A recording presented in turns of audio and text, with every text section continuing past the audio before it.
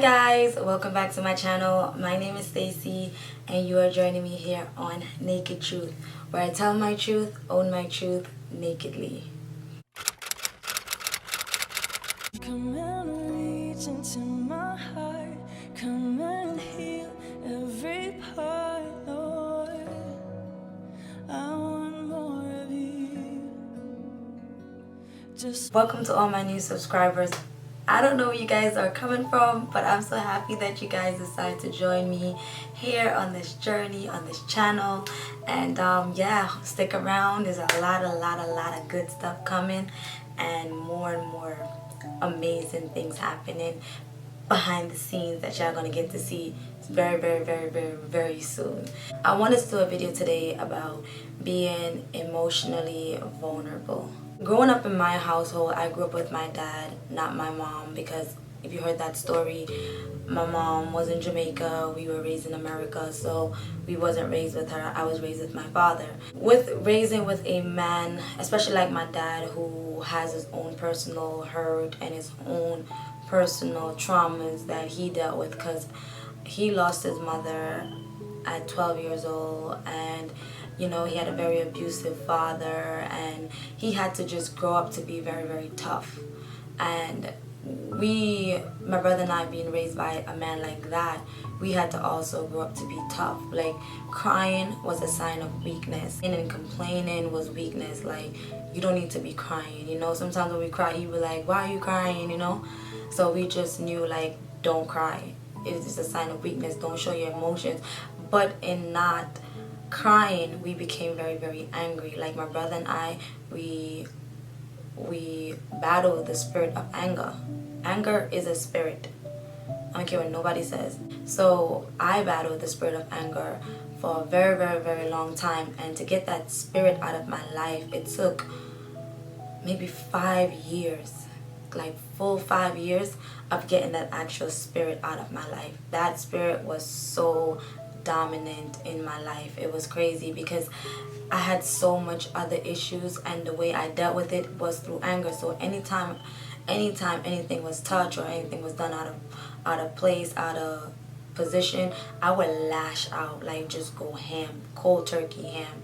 And the Lord had to teach me, like, Stacy, you don't have to do that. Just set boundaries. One of the things that he's currently working on with me right now is my vulnerability, because being connected to God emotionally, I always knew that to God, I would say, you go this far but no further. I know it sounds weird, I know, but hear me out.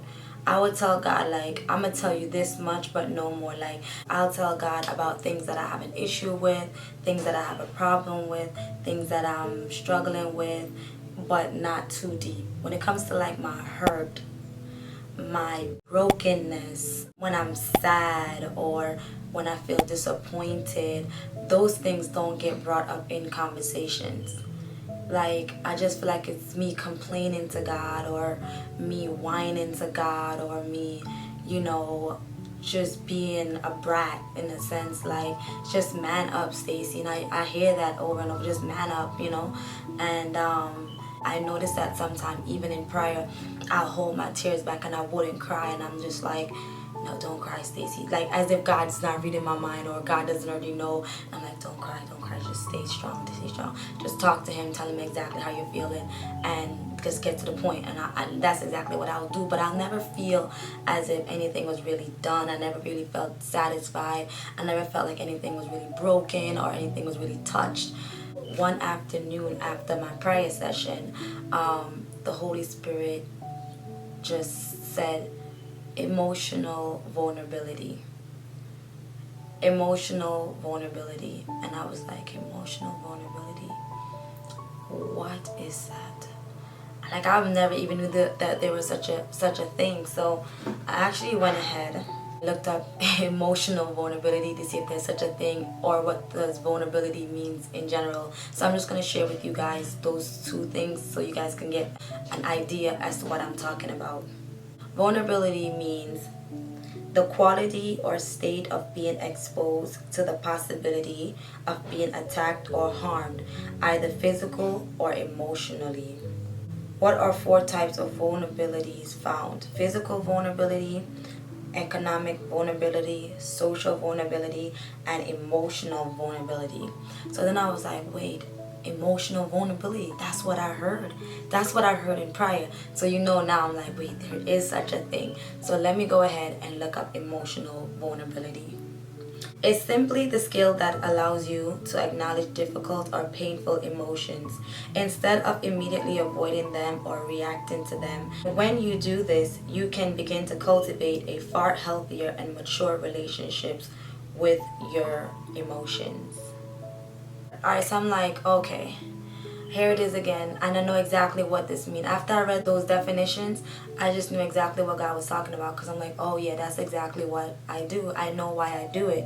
I do it because I felt like over my life, I felt like God let me down in some areas. Like when I felt like He should have been there in certain areas, He wasn't. But when you don't understand the things of God or the ways of God, you tend to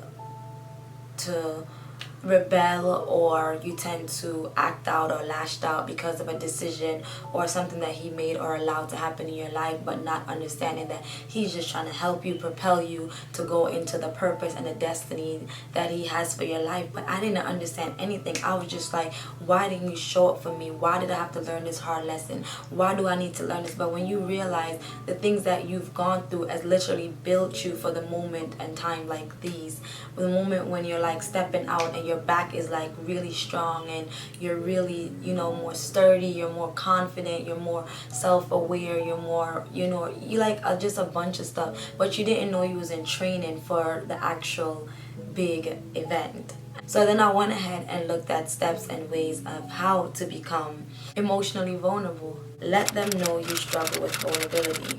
So because I'm building my relationship with God, and I feel like everything starts with God first anyway. So when I read that number 1, it said, let them know that you struggle with vulnerability. The first thing I was doing is like, oh God, I know that you know that I know now that I struggle with emotional vulnerability. I need you to be patient with me. I'm trying. And that took work for me to even come to God and say that, and then ask Him, I need you to be patient with me. That wasn't even easy because I felt weak, and I'm like, seriously, it just felt like another default that's happening on the inside of me. So I was like, oh my God. But I did it because I really wanted the help. So I went to Him and I was like, be patient with me. I'm trying. I don't really know how to. I didn't even know this was a thing. I didn't know. God has been patient, and I've gotten better and better since I've actually started recognizing my emotional vulnerability. I started being more open with God. I started telling Him exactly how I feel. I start crying more in my prayer. Like, it used to be so bad that I would laugh at people when they're crying in their prayer time. When you really, really, really cry before the Lord, it is a beautiful thing, and it's nothing to be scorned upon, frowned upon, and looked upon. And I used to tease my best friend Jody, and I used to say, you cry so much, like you're so weak, you're so soft, till she stopped crying, and then she just became like emotionless. It caused her to just go into this state, and it's not a healthy state, because obviously I wasn't healthy. So you see, you got to be careful around, like, even the friends that's speaking in your life. So I've learned, and now we both learn as friends, like, it's okay to cry. And I mean, we really cry. When people ask you how you're doing, tell them the truth. For me, with God, when I go in prayer, I always put on a front. And with people, I put on a front. People will never know exactly how I feel unless you like then like, I'll tell you. But even with that, it's still like restrictions and walls. Like, you never really know. Like, no. To be honest, only one person that really, really knows how I feel all the time is Jody. Like, she knows, because growing up, she met me at the age where the trust came in really, really quickly. And I wasn't able to like read people too much or anything, or gauge people, just like freeness happening, and we just really connected. But as I've gotten older, I gauge people and I see how far I'm willing to go, how far they're willing to go, and I see, because I'm not gonna like pour myself out and that person not doing the same. So I'm very I meet people where they are. When I go to prayer, I'm like, God, he's like, hey girl, what's up? I'm like, hey God, what's up? He's like, how are you doing? And I'm like, man, I'm not doing too well today. I'm not happy today. Something happened at work, or somebody said something, or I had a feeling, or this is stressing me, this is bothering me. Like, I'm very, very honest with him. I try to tell him exactly how I'm feeling, something I'm not sure about, something that I'm frustrated about. I'm more open to say, hey, this is it, this is my problem right now. And it makes me trust him a lot more, because I see what he is doing with the little stuff that I'm telling him. And I'm saying this because God already knows everything, but he's making it comfortable and patient with me. So when I tell him the little stuff, he works with that. Like, I'm not just gonna dive into it, and he knows that. So he works with whatever I'm willing to give up. Honest with yourself. Be honest with yourself, because I used to deceive myself. Like, so if something happened that was bad, I try to block it out. It doesn't exist. It didn't happen. That was my thing. It doesn't exist. It didn't happen. But that's not true, because in my subconscious mind, it did exist and it did happen. So I had to tell myself that just happened, and what are you gonna do about it, or how do you feel about it? And I will have to answer those questions to myself. How do I feel? What just happened? What are your interpretation about that? What are you going to do going forward? Are you going to create more boundaries? Are you going to open your mouth and speak up? Are you going to do the... So be honest with yourself. How do you feel? If I'm crying about it, I'll cry. Like, I will cry. Like, so a situation happened some time ago and I cried because I was hurt. But in the past, I would not have cried, because I'm like, no, don't cry, don't cry. You're not weak. You're tough. You're tough. And I used to call myself Thug Life. I used to call myself Boss. I used to call myself a G. I'm a boss. Oh, okay. Like, just those names that I given myself, just so my heart becomes even harder and there's no tears happening, no tears fall. But now God is like, yo, you're soft. You let it fall. I give you a heart of flesh. Relax. So now I do cry, and I'm honest with my emotions. I'm honest with myself.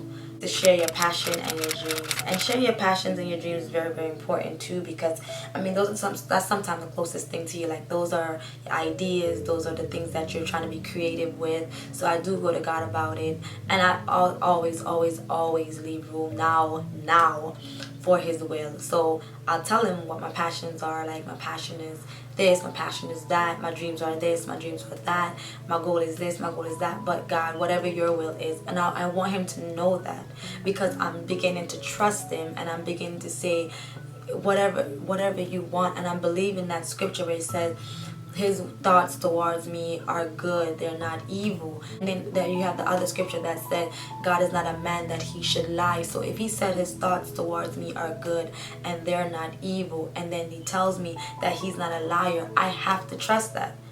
And I've just been trusting it. Like, if I tell you, I don't expect you to give me the worst. So yeah, I want your will. Let your will be done. Let your thing that you have for me to come out and be done. So I do leave room for that. But he also honors my dreams and my passion, which is crazy.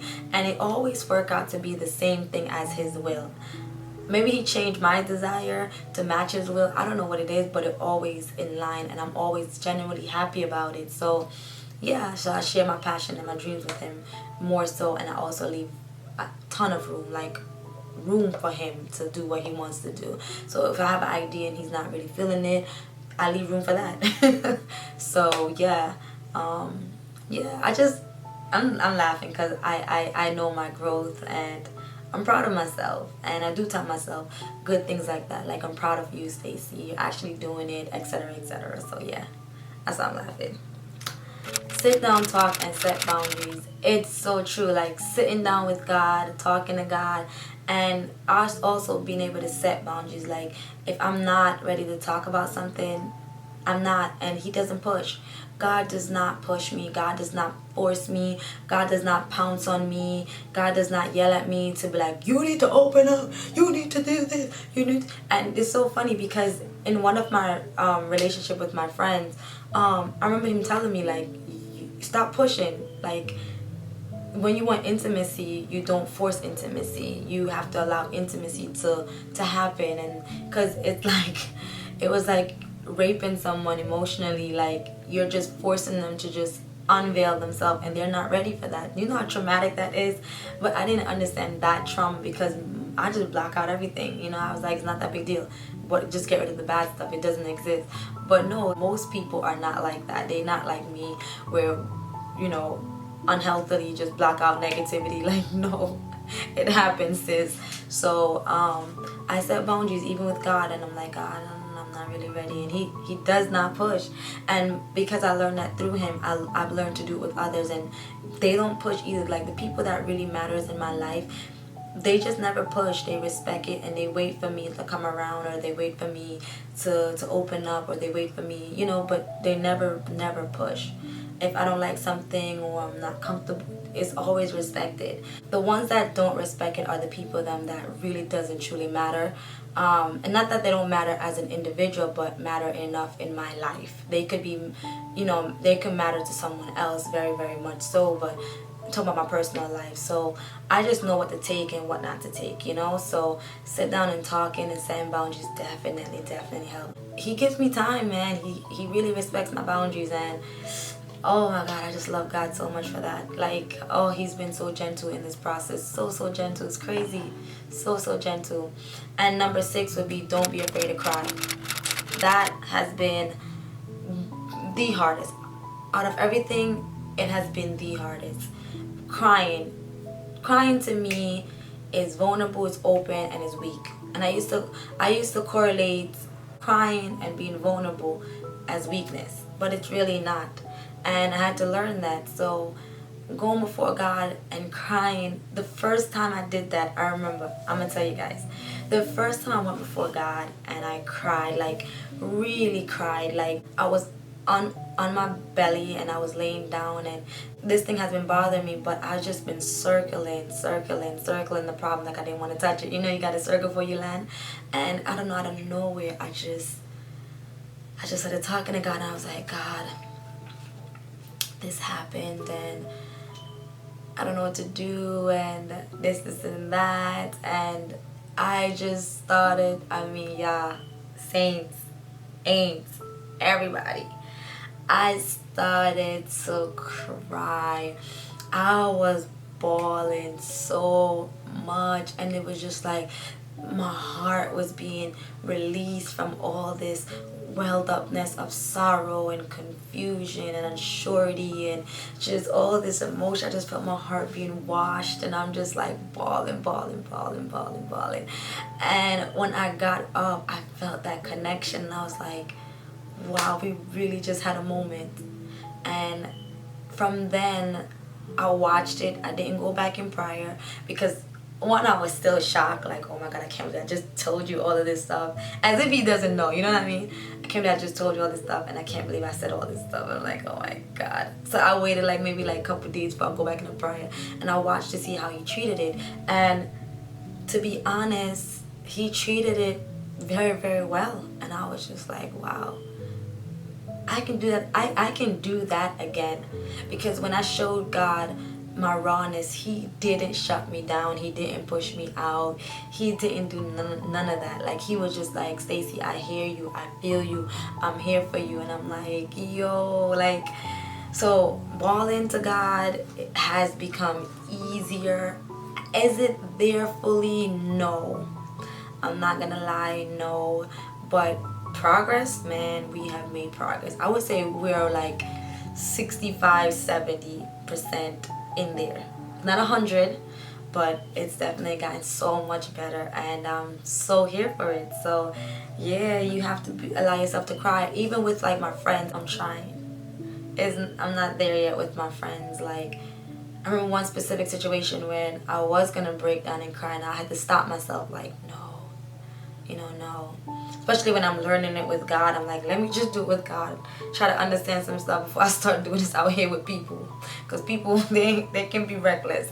So I have my circles to practice on, and whoever else God allow me to practice on. I don't know what he's doing, but I trust him enough to say he's going to keep me safe and he's going to keep me good. So yes, so that's that. Take it slow but surely. So be patient with yourself. Take your time, but intentionally work on it. Start walking, start actively put things in place, start actively doing things, start actively, doing all these stuff, because that's you taking those baby steps. Baby steps are important. Micro steps are important. As long as you're moving forward in the right positive direction, you're good. Just take those steps. It doesn't make sense you sit there and be stagnant. It doesn't make sense you sit there and don't move. Like, you have to move. You have to make the steps. You have to do the necessary, changes. If you really want to be healed emotionally, you really have to put the work in. And key word for me, patience. Take your time. Don't rush it. Do not rush it, because you can trigger something else before it's time, and that can shut you back up. You don't want to be shut up. You want to keep going. You want to keep going. So be patient with yourself. God is already patient with you, and take your time. And don't be around people that's going to push you. If anyone is pushing you, nah, that's not good for you. But don't let people push you, because you will get hurt. And when you get like wounds and deep wounds, oh baby, it doesn't work. So it's crazy to me that I started this, and it just showed me, because the way the Lord introduced this was because he was saying, like, I need to also be emotionally vulnerable with my husband. And I talk about my husband even though I never met this man, because the Lord does a lot of those back and forth with me when he's talking to me. And I could see myself not being emotionally vulnerable with him. I could have seen myself not being open with him. I could have seen myself not allowing him to be strong for me, but me always want to be strong for myself. And I know with men that can't be good, especially if a man that loves you and really want to show up and show out for you, I know that can't be good. So I had to really learn how to be open with God first, than my friends. And when this man come, I'll be healthier emotionally, and I'll be able to open with him, like, because I'll be able to set boundaries too, and be vocal and be verbal, and make my requests known, and watch him respect those. And if there's a question, we can discuss that, sit down and talking, and me comfortably sharing dreams and passion, and not looking at him like, I'm not going to tell you this, I'm not going to tell you that, but rather like, no, I trust you. So it comes with the trust. I have to trust someone. And I feel like that's the reason why it kept me from being in a committed relationship or committing to anyone, is because I didn't trust them, and I wasn't emotionally vulnerable with them. But before this man even come here, God is like, you need to be emotionally vulnerable with him. So let me teach you how to do that with me. So that's why I'm doing it. I'm still learning it. So if you're having these issues, you're having these problems, you're not alone. I'm really going through it right now, so you're not alone. Good sis, good sir, you're not alone. So just keep going. That's my advice to you, is to just keep going. Don't stop. Just keep going. And on that note, I'll catch you guys in my next video. I really appreciate you guys subscribing and sharing my videos. Oh my God, like, you guys, man, the love, it's so good on here. Like, thank you so much from the bottom of my heart. Thank you guys so much. You guys really are inspiring and motivating, and you guys are patient with me, because I know that I'm inconsistent, but you guys are really patient with me, and I could have never asked for a better base than what God has provided for me here on YouTube. So thank you guys so much from the bottom of my corazón. And I'll catch you guys in my next video. Don't forget to be bold, to be free, and to be fearless. And I'll catch you guys later. I just want more. I just want more.